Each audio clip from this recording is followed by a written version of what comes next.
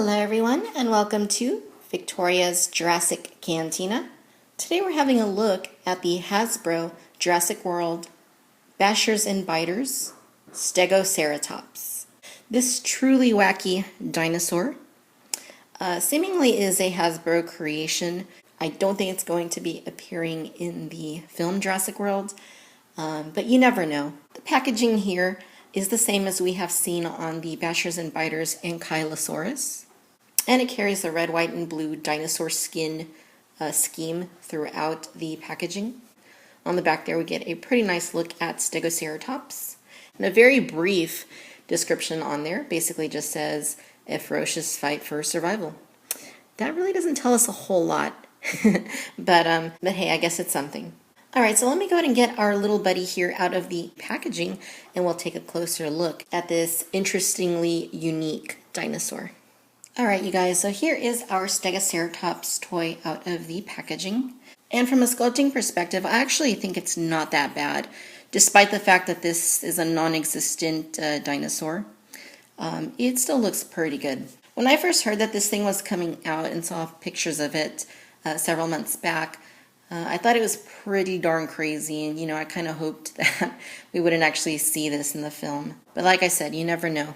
It's truly an interesting creation, how they took the Triceratops head and then the Stegosaurus body and put them together. And I didn't anticipate picking this one up, but it's just so crazy and so ridiculously wacky that I was kind of drawn to it for that reason. So it's now here in my collection. But once again, the sculpt work on it really isn't that bad. In fact, it's actually pretty good, I think. Here is a close-up of the head sculpt. And as you can see, they pretty much look to have gotten all the little details right as far as this being a Triceratops. Some bumps there in the frill. You got all the little bony protrusions there. The paint is a little bit sloppy. There's a few little imperfections there. I don't know what that is. Maybe that glue. It's on that side too.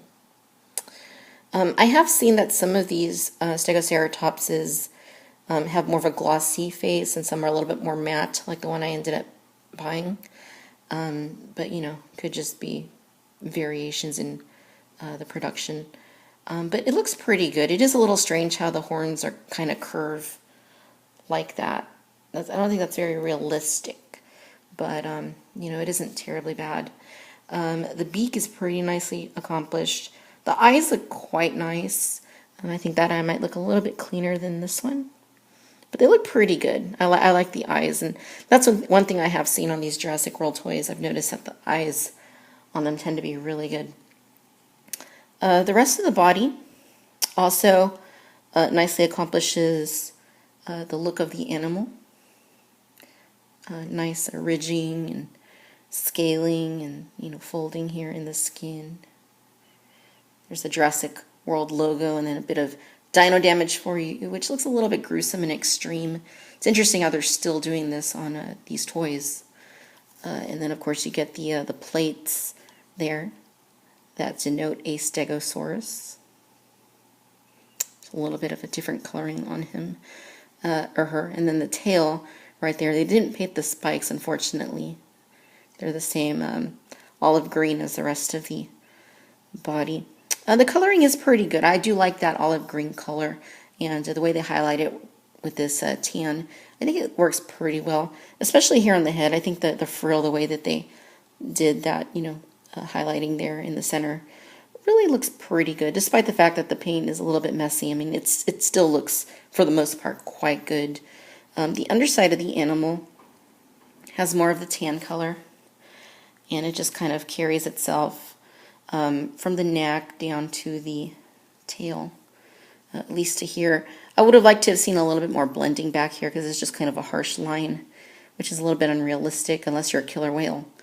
But, overall, not that bad. The legs look, quite good. It's nice. It's definitely weird, and I'm sure a lot of people are going to kind of be turned off by it, but, it's pretty cool. I do like the way that they posed it. That way when you turn it around, it kind of looks different, especially from that angle. I think it's especially cool looking. Despite the unsightly screw holes, It definitely is a nice pose. Now the Stegoceratops does have articulation. You can move her arms, her legs I should say. Each one of them does move by swiveling. And of course, as is one of the features of the Bashers and Biters lineup, our Stegoceratops here does have her action feature. And the way that you do it is you move her tail. If you push her tail downward, her head sticks out. And if you move it sideways, her head moves side to side. You can kind of incorporate them somewhat. Nah, doesn't work too well like that. But when you do them by themselves, it's actually a pretty nice feature. It works pretty smoothly. Now, I did see a Stegoceratops at the local Toys R Us that I picked this one up at, and it didn't move very fluidly. You kind of had to press the tail kind of hard, so be sure and test it out before you pick it up, just in case there's any issues. Definitely not the worst of action features, and it is cool that they are incorporating things like that just to increase the playability of them. And just to give you a quick size comparison of the Stegoceratops with the Ankylosaurus from this very same Bashers and Biters assortment of dinosaur toys. Alright, ladies and gentlemen, so there you have it. This is the Hasbro Jurassic World Bashers and Biters assortment Stegoceratops. On the whole, it's really not too bad.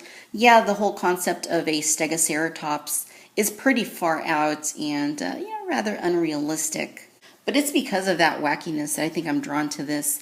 It's just kind of one of those things that it's so bad it's actually good. And although initially I wasn't going to pick this one up, I kind of decided I couldn't miss something so crazy.